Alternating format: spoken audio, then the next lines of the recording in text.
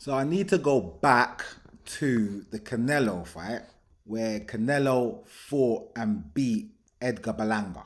On his undercard, there was a comeback fight for a guy called Stephen Fulton. Cool boy Stephen Fulton. He calls himself Cool Boy Steph, 30 years old. Right now, he is at the featherweight division.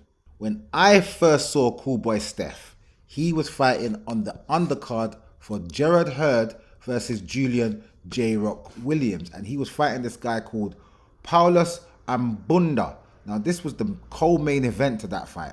And Stephen Fulton won in a unanimous decision style. He basically won every single round. Now, he didn't knock him out. He didn't stop the guy. He didn't drop him either. But he definitely won every single round without question. Now, this Paulus Ambunda had won the IBO title at the fight before he fought Stephen Fulton.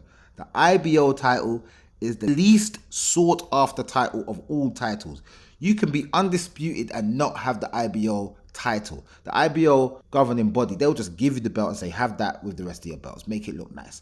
So anyway, he beats Paulus Ambunda in very convincing fashion. And I was watching that fight. I was like, who's this guy? I start following to see what he's actually up to. Wagwan for this guy. So after that fight, he then fights a guy called Arnold Kagai, born in the Ukraine, based out of LA, Los Angeles. When they fight, it's again a shutout basically. I mean, Arnold done a bit better, but it was a shutout and it was also another unanimous decision victory. What I'm starting to notice is that he doesn't seem to have much power, does our cool boy Steph. When I say he doesn't seem to have much power, if he throws his punches quite hard and he lands frequently, he just doesn't seem to really put his opponents under any real type of stress in terms of hurting them to get them out of there, which is fine. That's not a problem. You don't have to knock out a guy to win the fight. Especially in these lower weight classes, you don't really get knockouts as frequently. So, moving on, I was like, that was a good display. I was very impressed. I thought, okay, let me follow this guy, see what I want for this guy. Because I like every single weight in boxing. Every weight I check for. I don't care the weight class. I just like to see good fights. And Cool Boy Steph, he seemed to me to be like a cerebral type fighter. He came across like a sniper, like a pure boxer. Hit and don't get hit. One of these type of fighters that are very economic with the output. They're not really going to throw a punch unless they're definitely going to hit you. Their punch accuracy is a lot more over 50% than normal, but they're not the type that are going to knock you out as well, unless they're just heavy-handed, which Cool Boy Steph seemed to not very much be, but definitely had definite style and boxing prowess. A quick little thing that I've noticed in boxing is if your punch accuracy is over 50%, you're usually going to stop the fighter before the end of the fight, whether it's 10 or 12 rounds. So I'm watching him.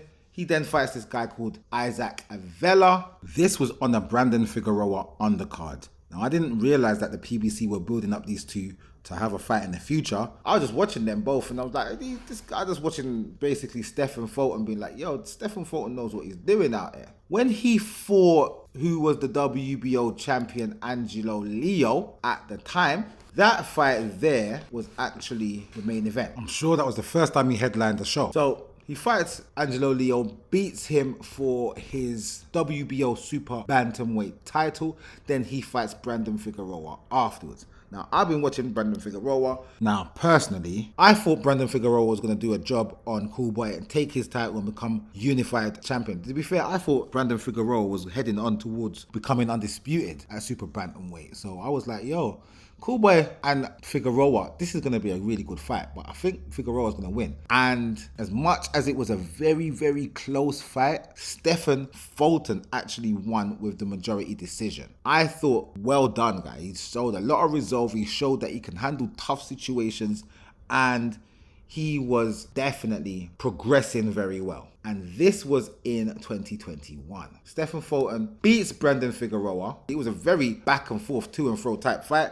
Very entertaining fight. Skills paid the bills. Stephen Fulton came out victorious. That was 2021. He had 2 fights that year, and the year before it was the Big C year, so he actually was lucky to get a fight in January on that year. So that slowed down his progress, where he didn't get to fight in 2020 again. He then fought that same year in November. He then beats Brandon Figueroa and becomes unified champion. This is where his regularity of fighting comes to a halt, because 7 months later he fights Daniel Roman, and then a whole year and a month after that he's in the ring with, basically they call him the monster, Naoya Inoue. He goes in there with Naoya Inoue, who has come up to super bantamweight from bantamweight, and loses in a TKO, gets stopped in the 8th round. Now for me, I thought that was him, or whoever his handlers were, stunting his growth by not allowing him, or by not getting him another fight in between that fight. At least one, more than likely, better appropriately, 2, even better than that, 3 fights in a year and a month. He could have got 2 more fights in at least. But that never happened, and he went into the Inoue fight quite rusty, ring rust, all of that type of stuff, gets stopped, gave a decent-ish account of himself, but he was always fighting like he was anxious and tentative, which worked in Inoue's favor, and Inoue stopped him, took his belts. So this was a comeback fight against Carlos Castro. He's gone up a weight, and it's been a year and 2 months now till he fights Carlos Castro on the undercard of Canelo versus Berlanga, and he wins a split decision victory. Even though he got dropped in the 5th round, he wins a split decision victory. Now, at the end of the day, that fight was a good fight. It was very hard for Stephen Fulton, very hard fought fight. And what was very blatant and what was very clear is that the power did not carry up per se. Not against this Carlos Castro guy, who he's only been knocked out once, and he is a Mexican national, and Mexican fighters are renowned for being very tough and very durable and so forth. So I don't know if this is really a good fight to judge his power. What I do know is that he didn't get a knockdown. He got knocked down himself. Even though he won, he got knocked down himself. He's moved himself up to featherweight. This is at a featherweight division, and he's gunning for the WBA title. Now, this is the whole reason why I'm talking about this so in depth, because the WBA title is held by Nick the Wrecking Ball. Now, Nick the Wrecking Ball, I didn't really know much about Nick Ball before he fought Ray Vargas. And when he fought Ray Vargas, I was like, yo, this is crazy. Look at the height difference alone. The man are the same weight. Okay, Ray Vargas is slim and Nick Ball is stocky, but yo,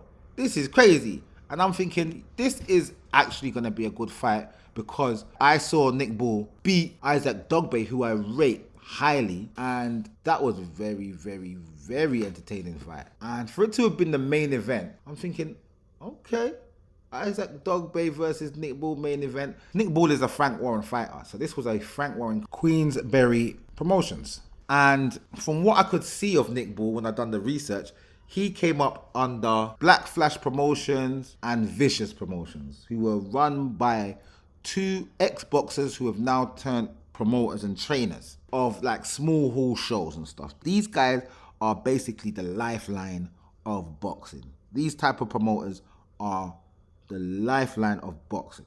These are the guys that produce the up-and-coming stars to get them into that position to fight for titles. So these guys are very necessary. Nick Ball came up through these guys. That's up north as well. This is up north of England. London is south. Places like Liverpool, Birmingham, Manchester, these type of places are up north. Nick Ball is actually from Liverpool, so it makes sense that he was up there under those promotional banners while he was coming up in the game. Gets seen by Frank. I'm believing this Pat Barrett, with his Black Flash Promotions, works in conjunction with Queensberry Promotions quite a bit. His nephew Zelfa Barrett and Lyndon Arthur both train under Pat Barrett and both fight under the Queensberry promotional banner. So that's how I think the connection was for Nick Ball. That's my presumption. I'm presuming, because there's nothing that I know. It's just presumptions, putting 2 and 2 together, trying to come up with 4 and not 11. So he's now with Frank Warren, and I see him beat Isaac Dogboe. That's when I first saw him. Then he goes on and gets this fight with Ray Vargas, And I'm thinking, yo, this has to be good because it's in the rehab season situation. And we know that the Sheikh ain't putting on no foregone conclusion fights. All the Sheikh's fights are going to be 50-50s. And so said, so done. What a fight he had with Ray Vargas. I couldn't believe what I was seeing out here. I don't know how many times he dropped Vargas. He dropped Vargas at least twice. And there was one other one that was classed as a slip, I think. But he definitely dropped him at least twice. Ray Vargas is the WBC featherweight champion. So this was a championship fight. He was trying to get that belt off of Ray Vargas. It was a split decision draw. One judge gave it to Ray. One judge gave it to Nick. And the other judge gave it as a draw. Split decision draw. Very hard done by, in my opinion. I really think he won that fight. Moving on, he then fights another title fight against Raymond Ford for the WBA title. And subsequently, he wins this decision, split decision once again, but he wins. And it was such a close fight. Either way would have been acceptable. Either outcome would have been acceptable. If Raymond Ford won that fight or if Nick Ball won that fight, either outcome would have been acceptable to me. And it was another rehab season event. This was the 5 versus 5 event where Frank's boys gave Eddie's boys a whitewash. And now Nick Ball is the WBA featherweight champion. Subsequently, he is having his first defense of this title in the Queensberry promotion card against Ronnie Rios of the USA. Ronnie Rios has 34 wins, 4 losses, been knocked out 3 times, very experienced, but he is coming up from the super bantamweight division. And I remember seeing Ronnie Rios get stopped by MJ Akhmadaliev in the last round of their 12-round fight on the undercard of Bam Rodriguez versus Rongvasai. And that was the weight class below. And I remember seeing him get stopped in the 12th and thinking, yo, this guy can fight still. But he should have stayed on his feet and finished off the fight at least. But obviously I'm not in there and it's just obviously spectators' point of view. He got stopped in the 12th by MJ. That was a weight class below. He's now come up to fight in this voluntary defense for Nick Ball because there's no way he is the mandatory, because when I'm looking at the rankings, he's down there in like 13th or 14th in the WBA featherweight ranking. So that's fine. The fact of the matter is, Stephen Fulton is number 2 in the rankings with Bruce Carrington ahead of him at number 1. But where this was a title eliminator fight, because he now has the interim WBA belt, I'm assuming that he's going to go for the fight. And when the mandatory is called, it will be Stephen Fulton. All these guys are fighting in and around the same type of time. Stephen Fulton had his fight a couple of weeks ago. Shushu is fighting on the weekend coming up on the 27th of September. And then Nick Ball is fighting on the 5th of October. So they're all fighting in proximity of each one another. And this then makes the mandatory situation a lot more clearer to be able to be called. At the same time, we've got to see what's going on with those boys over there at the PBC, and will they allow Donnie to come and have the damn blasted fight. Once Nick Ball comes through victorious in this Ronnie Rios fight on the 5th of October, I believe that they've given him this challenger so that he can more than likely win. They've upped his chances of winning the fight by getting him a voluntary defense against an opponent who is only just moved up to this weight division, plus he's lost 3 times at the weight class below. So we'll see how that fight goes. I'll be definitely watching, but the fight I actually want to see is actually Nick Ball versus Cool Boy Steph. I believe this is going to be an action fight, and I believe it's going to be nothing but fire in the booth. The obstacle is getting the PBC to release their fighter to fight on a Queensberry card. What might make it easier is if the Queensberry card or the fight is attached to Sheikh Ala Sheikh and the rehab season. Because if that happens, fighters are likely to get more money than they would if it was just on a Queensberry card per se. I'm not 100% sure of that, but that's the perception that the fighters have because they know that the Sheikh has got money out here and he's throwing money at these fighters. So that's what I've been looking forward to, and I want to see what happens with that. And I want to see what happens with these 2 guys. And I want to see these 2 guys actually have a fight. It's going to be a very good fight. So that's the end of that.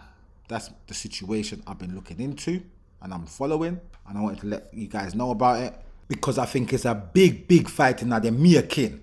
I'ma want to see the big fight them. I'ma want to know what big fight is. Because ultimately, I want all the weight classes to get some recognition and get noticed.